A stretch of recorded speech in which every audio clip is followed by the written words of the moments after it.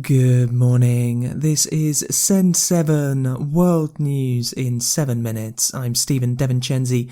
Today is Friday the 20th of September 2024.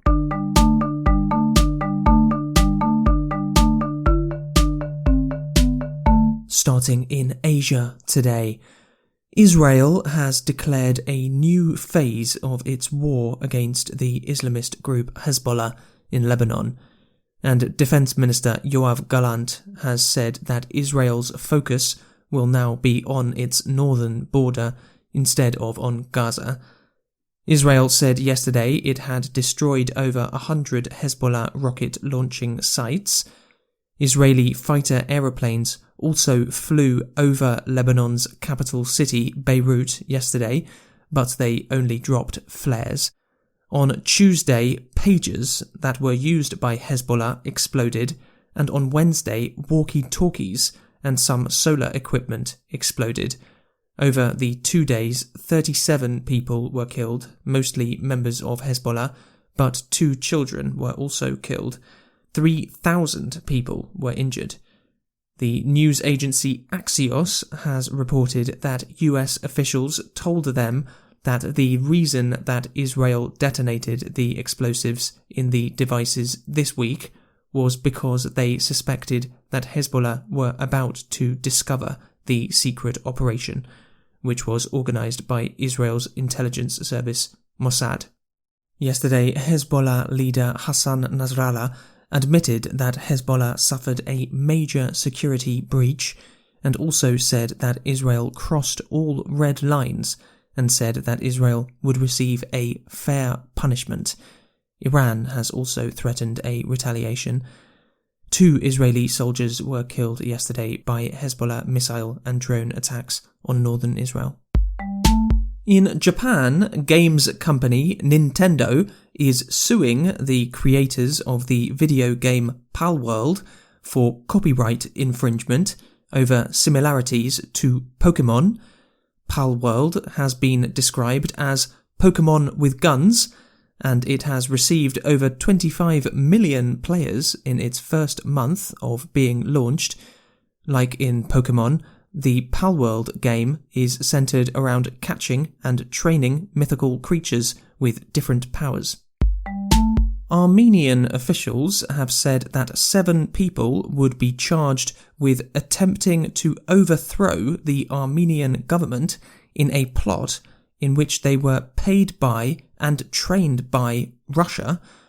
Officials say that the Armenians were taken to Russia to receive training on using weapons. In Thailand, a woman has survived being constricted by a snake for 2 hours. Police rescued the 64-year-old woman who was being attacked by the python after neighbours heard her calling for help. Americas. In the United States, President Joe Biden has said that interest rate cuts are a sign of progress. Opinion polls generally show that voters trust former President Donald Trump with the economy more than Vice President Kamala Harris, with many people naming high inflation as a reason not to trust the Democrats. Biden said yesterday that falling interest rates were a good sign.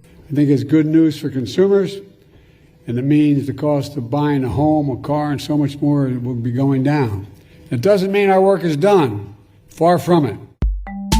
The United States Justice Department is suing the shipping company of the container ship that destroyed the Francis Scott Key Bridge in Baltimore in March, resulting in 6 deaths. The US DOJ is aiming to recover $100 million, which it says was the cost of responding to the disaster and for clearing the debris that blocked the port of Baltimore. Replacing the bridge is expected to cost around $1.8 billion and could be completed in 2028. In Argentina, grain ships are being forced to carry less because of low water levels in the river Parana. The Parana is at one of its lowest levels in the last 50 years. Around 80% of Argentina's grains and grain oils are exported using the Parana. Africa.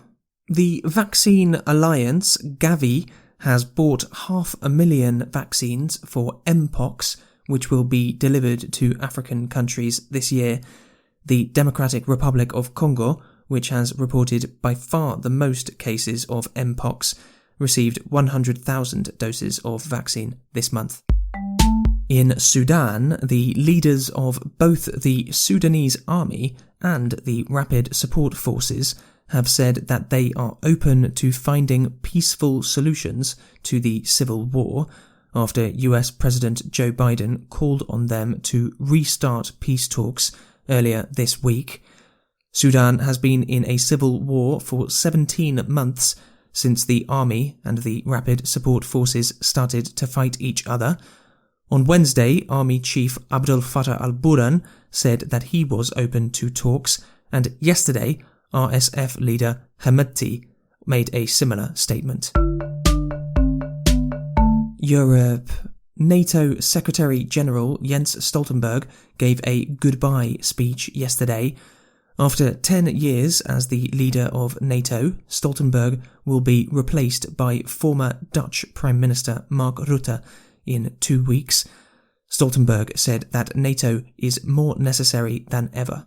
Ladies and gentlemen, when I took up this job a decade ago, I could not have imagined how much our alliance would transform.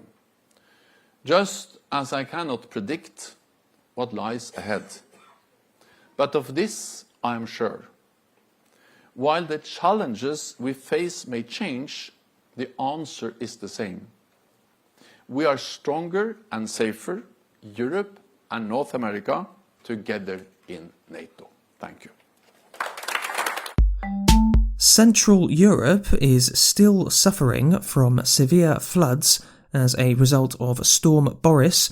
Large areas have been flooded in Czechia, Slovakia, Poland, Hungary, Austria, Romania and Moldova. In the last 2 days, there has also been flooding in northern Italy.